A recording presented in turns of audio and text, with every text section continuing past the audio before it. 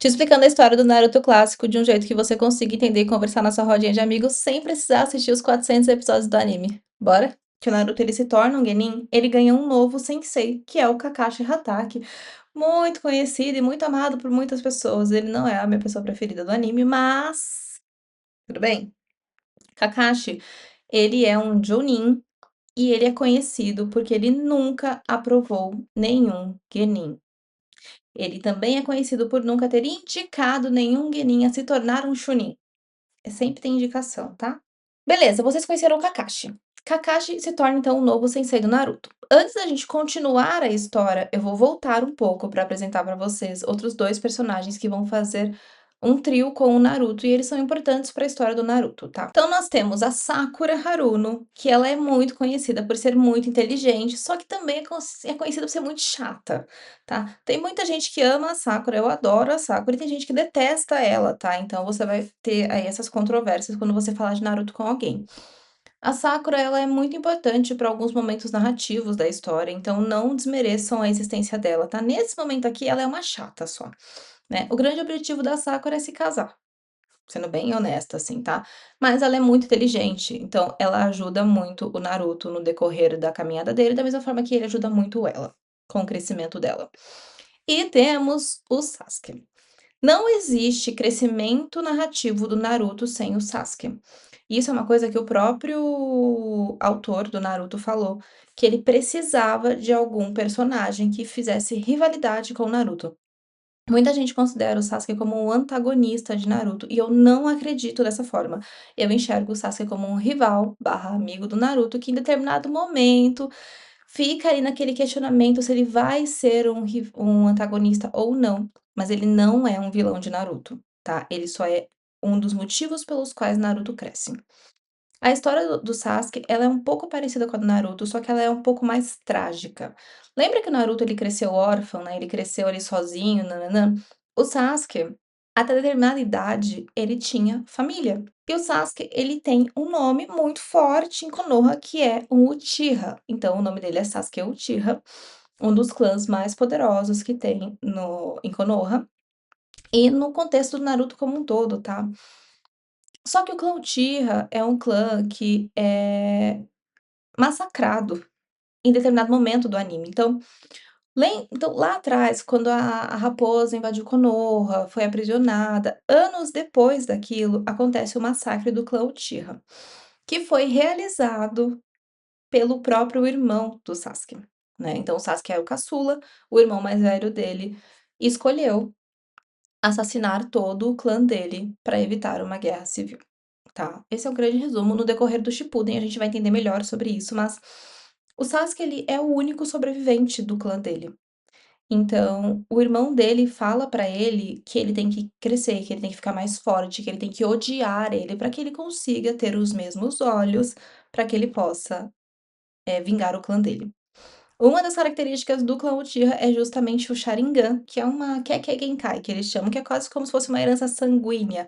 Da mesma forma que tem outros tipos de clãs que possuem as suas heranças sanguíneas, o Sasuke possui essa do clã Uchiha. Então, em determinado momento, quando eles se frustram demais, ou tem um trauma muito grande, eles despertam esses olhos do Sharingan.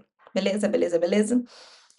Então eles têm, o Sasuke e o Naruto têm adversidades, né, enquanto o Naruto cresceu, querendo ser reconhecido, querendo mostrar o seu valor, querendo que as pessoas notassem ele, o Sasuke, por ser herdeiro de um dos maiores clãs de Konoha e o sobrevivente, ele já tem muita atenção, então ele tenta tirar a atenção dele, porque ele tem um objetivo muito claro, que é vingar o seu clã. E os 2 caem juntos na mesma equipe. E eles são altamente competitivos, então quando o Naruto tá mais forte que o Sasuke cresce, quando o Sasuke tá mais forte que o Naruto cresce. E é assim que eles vão indo e caminhando nessa história. E aí lembra que eu falei da Sakura? O Naruto é apaixonado na Sakura, a Sakura é apaixonada do Sasuke, que o Sasuke não é apaixonado com ninguém. Só que todos eles já se conhecem porque eles estudaram na academia juntos, então cada um deles passou, conquistou a sua bandana de Genin. Então eles voltaram e se juntaram ao Kakashi. Quando eles se tornam Genins, eles passam a compor uma equipe de 3 Genins com um Chunin. Então o Kakashi é o líder da equipe e tem os 3 genis. Então, basicamente, qual que era o objetivo dessa prova que ele faz com os meninos aqui ele diz pra eles: "Não comam, não descansem direito, porque vocês vão ter que fazer uma prova aí complexa no dia seguinte". Características do Kakashi, tá? Ele sempre tá com esse olho tampado, ele sempre tá com a boca tampada, ele sempre chega atrasado e ele sempre tá lendo um livro muito complexo, um livro bem mais 18. E aí, Sasuke, Naruto e Sakura precisam tirar do Kakashi esses 2 Gyuzos. Kakashi é um nível muito alto de ninja, então é muito difícil para os genins conseguirem fazer isso, principalmente quando eles não são sincronizados, né. Então, Kakashi prende, assim, na calça esses Gyuzos, começa a ler o livrinho dele e começa a dar um pau em todos eles ali, de um jeitinho bem fofinho. E aí, se você estiver falando sobre Naruto com um amigo, um conhecido, um namorado, alguma coisa do tipo, ele provavelmente vai te falar sobre a piadinha do 1000 anos de dor. E eu acho que é super relevante contar ela aqui, mesmo que ela não seja importante para a história. Quando o Naruto ele é muito escandaloso, né, então, em determinado momento, ele acha que ele vai enfrentar o Kakashi mano a mano, ele vai ganhar e conseguir pegar os Gyuzos. E aí o Kakashi dá a volta nele e faz isso aqui. Este movimento aqui é um dos movimentos que eles costumam fazer para jutsus, né, eles fazem vários movimentos com as mãos para poder soltar algum tipo de jutsu. E quando ele faz isso e ele fala 1000 anos de dor, todo mundo acha que aqui o Naruto vai de arrasta. Mas na verdade o Kakashi pega isso aqui e enfia no rabo do Naruto. E o Naruto voa. E todo mundo fica incrédulo que ele teve essa infantilidade de fazer isso com o Naruto, tá.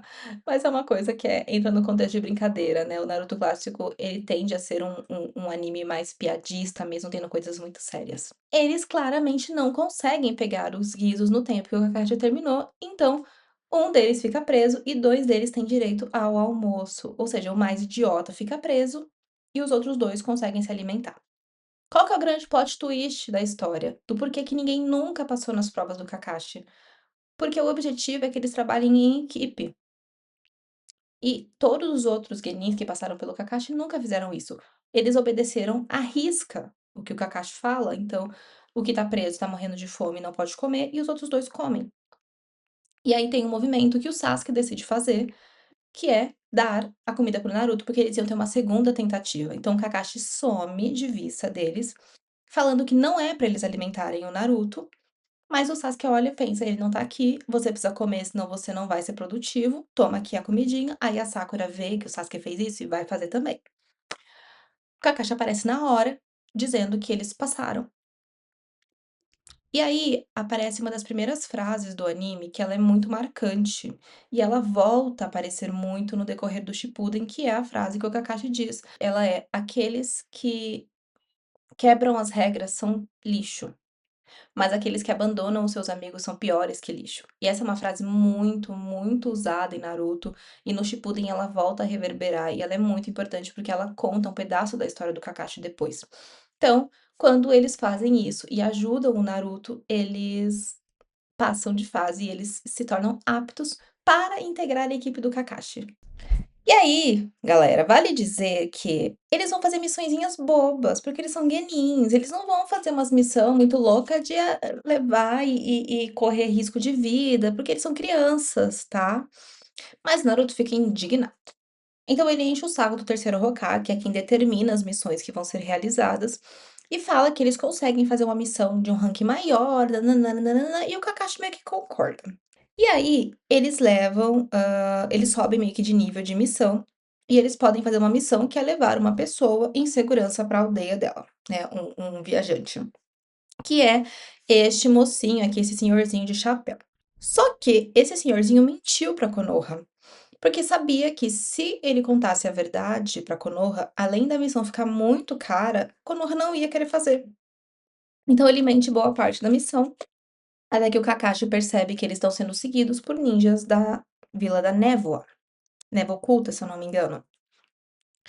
E aí começa-se uma batalha que os genis não têm, teoricamente, capacidade para conseguir fazer, né, porque eles estão num nível muito baixo, as missões são de níveis muito altos, enfim, eles não teriam capacidade nem força para conseguir fazer e nem habilidade, porque estava muito acima do que eles estavam preparados. Kakashi, no entanto, segura firme a barra e diz: "Não tem como a gente voltar agora, vamos ter que enfrentar esse bagulho, né, porra, estamos aqui já". E aí, a gente entra no arco da ponte, né, eu não lembro exatamente o nome da ponte, a ponte depois do anime ela se chama Ponte Naruto, mas no decorrer, assim, tem é o arco da construção da ponte, se eu não me engano, que aparece o Zabuza, Zamomochi e o Haku.